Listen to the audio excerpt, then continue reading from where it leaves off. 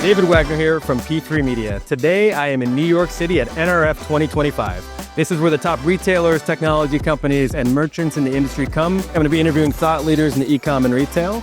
We're constantly adjusting the way that we are structured to support the new verticals. I feel like the overarching theme that we have is time efficiency. I think it's well worth investing money around AI. Really diving into AI and automation is going to be key for 2025. What we call shiny object syndrome, where they're going after like the latest tech. We're going to be learning about the trends that are going to be dominating the e-commerce space in 2025. Stay tuned. Trends in e-com or retail that you're expecting to dominate the landscape in 2025? Winners will be emerging this year based on who's using the different AI tools, and a lot of it comes down to experimentation. I think it's well worth investing money around AI on the operations side, on the customer acquisition side, of course, on-site and like post-purchase experiences. But I think, finding the tools that serve your customers and serve your business processes will lead to big returns in 25. I think 2025, 24 was really the year where people were dabbling in AI. I think it was like oftentimes technology companies were putting AI in as a buzzword or to like increase valuations, but the value creation was questionable in a lot of cases. I think 2025 is where those investments really start to solidify. Again, to your point, you're going to start seeing, winners and losers in the space. And I think the creativity and the ingenuity that people bring to that AI use case is going to be really the differentiation for companies. Yeah, I mean, definitely a talking point about AI and making sure you as a brand, as a business, are familiarizing yourself with everything that AI can do, both internally and also importantly in your interactions with your customers and understanding your consumers and how they like to buy and who they are. Really diving into AI and automation is going to be key for 2025. So I've been talking to a lot of companies, and a lot of the companies are mentioning this common theme of how AI is impacting their work. The common question I bring up is, how do you see AI impacting what you do on a day-to-day? Does it seem like a risk, or are you leaning into it? If you are, how are you? And a lot of people are coming to the same conclusion that if you're a great operations person, AI is going to unlock you to scale more efficiently, and now you might be able to hit higher revenue goals and solve more work at scale with less people just by having a really efficient, scalable foundation. I really do think it's going to be AI, but like AI is only as good as like the model that actually gets, fed into it, right? So I think what people are looking for is like ways to build that database, build that information about customers, their CDP, if they will, their customer database, and inform the AI models to do unique things. Like what I'm seeing a lot of is like concierge services on the site, right? These like really tailored experiences, not based on like what you've done on the site, but like who you are, right? And that profiled person that can only be aggregated through like an AI model. I'm excited about the identity space. So there's a few players there that I think will really help with personalization. So if you think about the on-site experience, identifying who it is a very key part of deciding what kind of experience is best for them. And so understanding identity, getting logins earlier. If someone has logged in the past, are you able to identify them past just the typical cookie? And that unlocks Rebuy and other personalization tools and agencies to create experiences for customers. That ultimately convert better, get the right products in front of the right people. It's interesting. If a couple of years ago, someone was telling me that like personalization was going to be dead in 4 years, but what I'm seeing at NRF is like companies leaning into personalization more than ever, right? Their messages are resonating only when you're speaking to the right audiences. People's inboxes are crowded, people's communication channels are crowded, so they're really looking for ways to like break through and using data to inform those personalized decisions. Yeah, honestly, couldn't agree with you more. I think going into this, my expectation was that everyone was going to be leading with AI, and obviously AI is going to be kind of a fundamental for any tech product that you're building this year and probably every year to come. But I think such a dominant trend that I've seen and heard from folks has been that level of personalization and bringing that tailored experience to the consumer. There are other trends that I think are going to take effect as well too. Like we're really starting to see sustainability and circularity come into play a lot more. Consumers are a lot more cognizant of what they're buying, how it's made, and what's the story behind them. And that's another thing, as a business, is like, what is the story behind what you're doing? Why and how did you find this niche? Why did you create this product? And if you can help consumers identify with your product, it's going to make you a lot more successful in the end. Any major risks you think brands should be paying attention to going in 2025? I think the risk is probably more distraction than anything else, right? Like e-commerce isn't complicated. It's like get people to your site, get them to convert, Notch your numbers, watch your budget. Like these are the basics that people can get away from if they're distracted by like lots of what we call shiny object syndrome, where they're going after like the latest tech. I think it's like if you're going to use tech, use it in a way that informs your brand, informs the things that actually matter about commerce, which is like how do they convert, how are they coming back, and how are you retaining them as a customer. So if there's any risk, it's the risk of being distracted. Customer acquisition costs, definitely a risk. And, we talked about paid ads a little bit, understanding, from a consumer perspective, like what's changed over the last 5 years or so since COVID, and how are consumers buying products, what's actually sticking with them from an advertising or a marketing perspective, and figuring out how you can lower that customer acquisition cost, I think is going to be key. Supply chain, potentially sustainability issues or shortages, or any geopolitical risks that may present themselves throughout that process could be potential risk for brands. Tell me why you think personalization is important, why brands should be investing in that side of their business. I feel like the overarching theme that we have is time efficiency.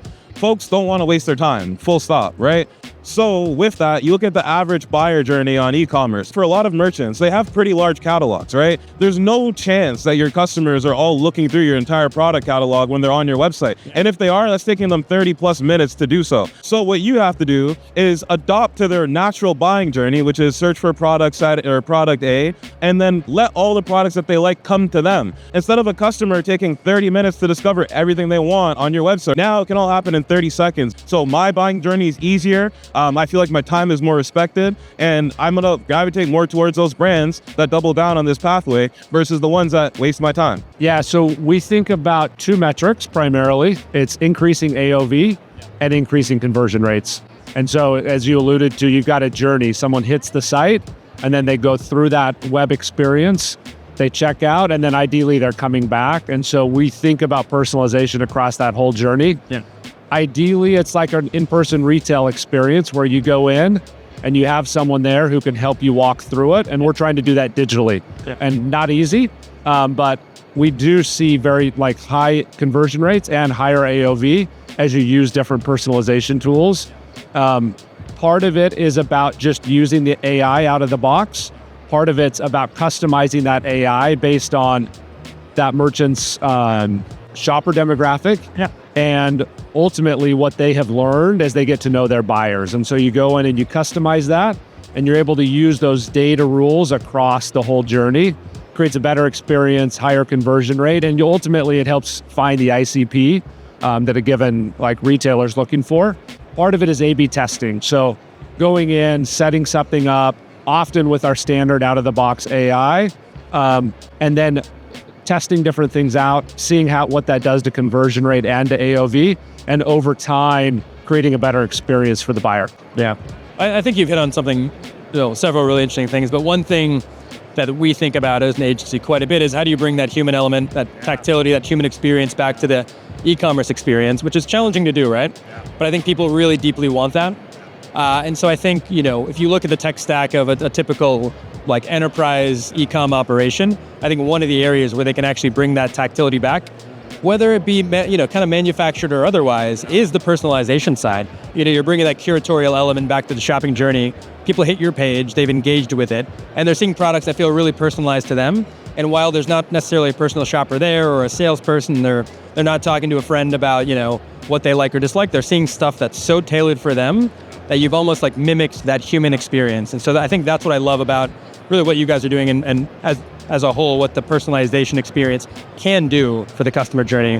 What do you think are the most meaningful investments e-com or retail brands can make going into 2025? 2020 to 2025, during COVID, et cetera, there was a lot of friction in the space, right? I think what we saw happen is this antsiness in the environment, and also a lack of trust and more caution, which has created this synergistic moment for people to now lean in more to in-person relationships, classic business models, right? So when I say classic business, I'm talking, and also you want me to hold this here? All right. So I'm saying classic business relationships, the golf course idea, maybe not even playing golf, but just meeting up in person with people. How do you gain trust? Because there's so many layers that you just can't capture digitally, right? Couldn't agree with you more. I mean, I think even from an e-com standpoint, something that we focus a lot of our energy on is bringing as much tactility, human connection to the actual e-commerce experience as possible. And so whether that be sending handwritten cards to our top customers, whether that be scheduling community activations in small towns or cities to bring people's actual customers together. I mean, there's a ton of ways you can actually bring that human element back. I think at the end of the day, people forget that businesses are just groups of people. Your customers are just people. The AI is an enablement tool for us to achieve human results, right? For us to make people happier, us to free up people's time, for us to create efficiency. But it's got to ultimately be to serve the human, to make our lives better, to make them richer, to create value for humans. Yeah, so it feels like, I don't know, as I've thought about 25, it feels like it's finding balance in a lot of these things. So finding balance in like cost structure for merchants. So how does pricing fit into that? What are people willing to pay for? Finding balance in like the tech stack. So who they're using, what tools. Is it an all-in-one app? Is it certain apps for certain categories? And so I think the end consumer is also looking for balance as well. They want to shop in person, in retail. They also want to shop online. And I think the brands that are making investments across the full journey, whether it's an omni-channel strategy, whether it's getting product into retail, and even like legacy retail moving online and having D2C channels. And so I think it's finding a balance across the channels. And ultimately that means higher ROAS because you have higher lifetime value. You acquire customers in different places, and then you're able to work with that customer through retention strategies and drive higher value for the brand and for the consumer. I mean, I think you're absolutely right? We've all been talking about, omni-channel for years, and now kind of unified commerce is the way we're really framing it. But there's so much out there, between marketplace and social selling and ecom and retail and, SMS. And so I think that's a great point, finding that balance, reasonably be able to invest in these areas, be able to track your ROI, and then to your point, be able to really invest in that ROI focused retention play.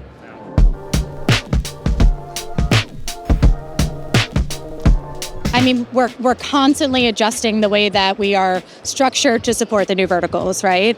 And so you'll see there's just this overlap of unified commerce where we're selling across B2B, D2C, and retail. And so within those respective product lines, you're going to see different segments being established, and they're really starting to pod all of the team around this. So you're going to see in-field CTOs directly working against manufacturing.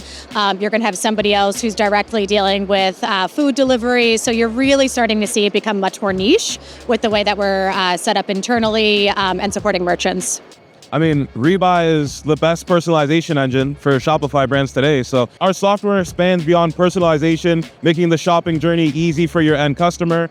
But also, if you want to increase conversion, A/B testing some of the native tools that we have, all that's native to our platform, and our roadmap's incredible. So if you have the ability or appetite to explore new softwares that will help you increase your AOV and conversion, you should talk to myself about Rebuy. Gorgias is a conversational AI platform for e-commerce that helps you to manage your sales before and after purchase, and working with about 16,000 merchants all across the D2C spectrum, early stage all the way through to enterprise, and really just leaning into automation and AI over the course of this year and obviously in the future to help merchants be as optimal as they can and as effective as they can from a customer support standpoint, and leverage their relationship with customers. So Rebuy's been in the AI space for a while. So we are good at saying, hey, what is someone likely to buy? And we use an AI algorithm to do that. We're also now using AI across the way we develop software, the way we work with our partners, with our customers. Well, so Revenue Roll is like an identity resolution platform. So we help demask site traffic so that people can speak to their customers in a more meaningful way and get in touch with them, right? I think the biggest challenge for a lot of brands these days is CAC, right? Like going and acquiring customers and getting people to the site is a challenge. It's very expensive. So what our technology does is demask site traffic, gives you information about the people who are visiting your site so you can retarget them and talk to them more effectively. The other piece is like getting more data about them, right? So like the more you know about your customer, the better you can speak to them and the better you can break through the clutter that comes inevitably with being online with tons and tons of different messages all the time.